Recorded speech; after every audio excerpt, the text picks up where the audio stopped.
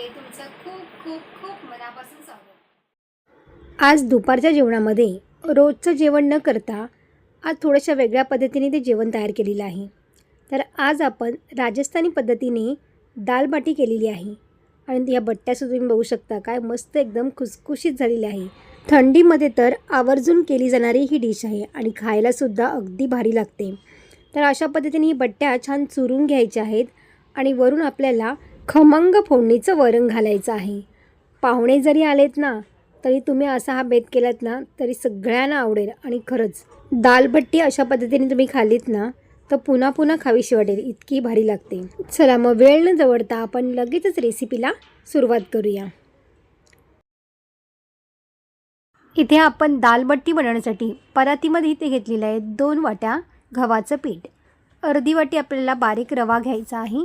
रवा इथे मी बारीक घेतलेला आहे, तर जाड रवा आपल्याला इथे वापरायचा नाही आहे। चवीनुसार यामध्ये मीठ घालायचं आहे आणि 1 चमचा यामध्ये ओवा हातावरती चोळून घालायचा आहे, त्यामुळे मस्त फ्लेवर याचा या बट्ट्यांना लागतो।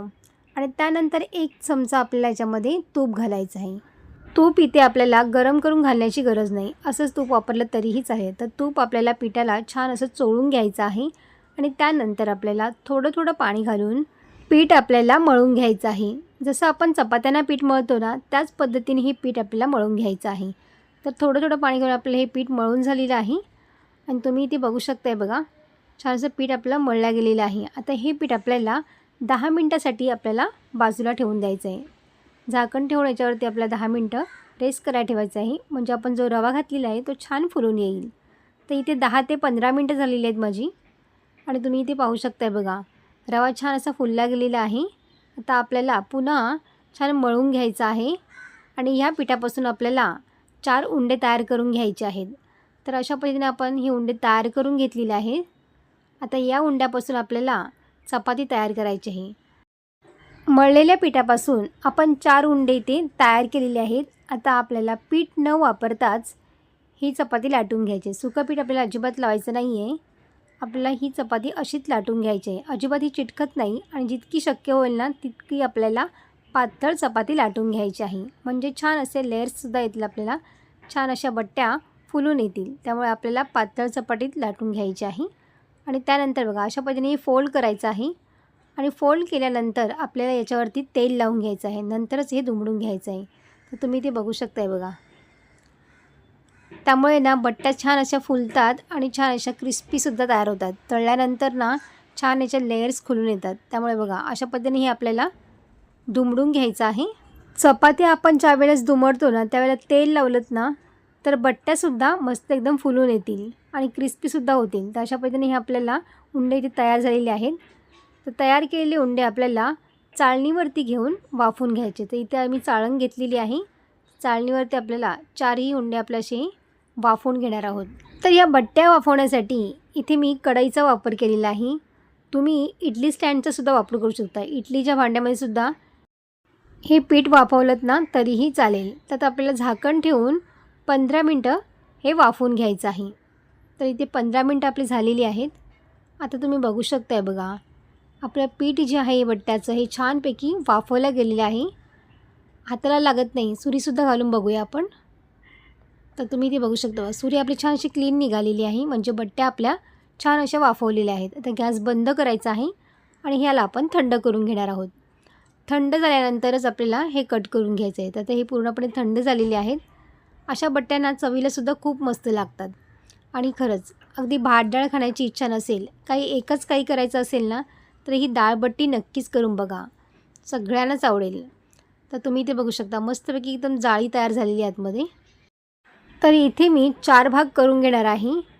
पीठ मळताना तुम्ही थोडा खाण्याचा सोडा घातलात ना तरीही चालेल, चिमूटभर अगदी खाण्याचा सोडा घातलात ना तरी आणखीन जास्त या बट्ट्या क्रिस्पी आणि कुसकुशीत तयार होतात। तर सगळ्या बट्ट्यांचे आपल्याला अशा पद्धतीने 4 भाग करून घ्यायचे आहेत आणि त्यानंतर इथे आपल्याला तळून घेणार आहोत। तर तळण्यासाठी इथे मी तेलसुद्धा गरम करायला ठेवलेलं आहे। तेल छान गरम झाल्यावरती ह्या बट्ट्या आपल्याला तळून घ्यायच्या आहेत। बट्ट्या आपल्या तळताना तेल छान गरम करून घ्यायचं आहे आणि मीडियम गॅसवरती आपल्या ह्या बट्ट्या तळून घ्यायच्या आहेत। छान खुसखुशीत होण्यासाठी बट्ट्या आपल्याला मीडियम गॅसवरती तळून घ्यायच्या आहेत। सुरुवातीला 5 मिनटं तरी आपल्याला ह्या मीडियम गॅसवरती तळून घ्यायचे आहेत, नंतर थोडासा फास्ट केलात ना तरीही चालेल. छान कुरकुरीत आणि क्रिस्पी होण्यासाठी थोडंसं आपल्याला फास्ट करून या छान तळून घ्यायचे आहेत. जेवणामध्ये नेहमी भात डाळ किंवा पोळी भाजी खाऊन जर कंटाळा आला असेल ना, तर ह्या दालबट्ट्या एकदा नक्की ट्राय करून बघा. तुम्ही इथे बघू शकताय बघा, दालबट्टी आपली इथे छानपैकी तळल्या गेलेली आहे. आता आपण याला काढून घेऊया. माझ्या घरी तर महिन्यातून हा बेत अगदी फिक्स असतो. महिन्यातून मी एकदा तरी ही दालबट्टी नेहमी करत असते. आणि खरंच घरातसुद्धा सगळ्यांना आवडते ही दालबट्टी. माझी मुलगी तर अगदी चवीने खाते. तर अशा पद्धतीने सगळ्या आपल्या बट्ट्या इथे तळून झालेल्या आहेत आणि बाकीच्या उरलेल्या बट्ट्यासुद्धा आपल्याला अशाच पद्धतीने इथे तळून घेणार आहोत. राजस्थानी दालबाटी खाण्यासाठी आपली इथे ह्या तयार झालेल्या आहेत. तुमच्याकडे दालबाटी किंवा दालबट्टी काय म्हणतात मला कमेंट्स करून नक्की सांगा. आणि तुम्ही बघू शकताय बघा, मस्त आपली दालबाटी इथे खाण्यासाठी तयार झालेली आहे. मस्तपैकी छान एकदम लेहरसुद्धा खूप छान आले आहेत आणि दालबाटी आपली मस्त एकदम क्रिस्पी आणि खुसखुशीत झालेली आहे. आणि तुम्हीसुद्धा बघू शकता बघा, आजपर्यंत दालबाटी खूप छानपैकी शेकल्या गेलेली आहे. आता या दालबाटी आपल्याला खाण्याच्या कशा आहेत, तर आपल्याला ही दालबाटी छान अशी चुरून घ्यायची आहे. आणि चुरल्यानंतर आपल्याला यावरती गरमागरम फोडणीचं वरण घालायचं आहे. जर वरणाची रेसिपी तुम्हाला हवी असेल तर मला कमेंट करून नक्की सांगा. मी वरणाची रेसिपीसुद्धा तुमच्याबरोबर शेअर करीन.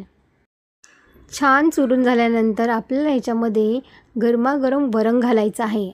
आणि खरंच हे वरण ना थोडंसं पातळ असेल ना, तर बट्ट्यांना मस्त एकदम चव येते. अगदी आतपर्यंत या बट्ट्यांना हे वरण लागलं जातं आणि खाण्यासाठी सुद्धा लय भारी लागतं. आणि वरून घालायचं आपल्याला साजूक तूप. तर इथे मी 1 चमचा साजूक तूप घेतलेलं आहे. गरमागरम दालबट्टी खाण्यासाठी इथे तयार झालेली आहे. तर तुम्हाला ही रेसिपी कशी वाटली मला कमेंट्स करून नक्की सांगा. व्हिडिओ आवडली असेल तर लाईक, शेअर आणि सबस्क्राईब करा. पुन्हा भेटू नवीन एका रेसिपीमध्ये. तोपर्यंत मस्त खा आणि स्वस्त रहा.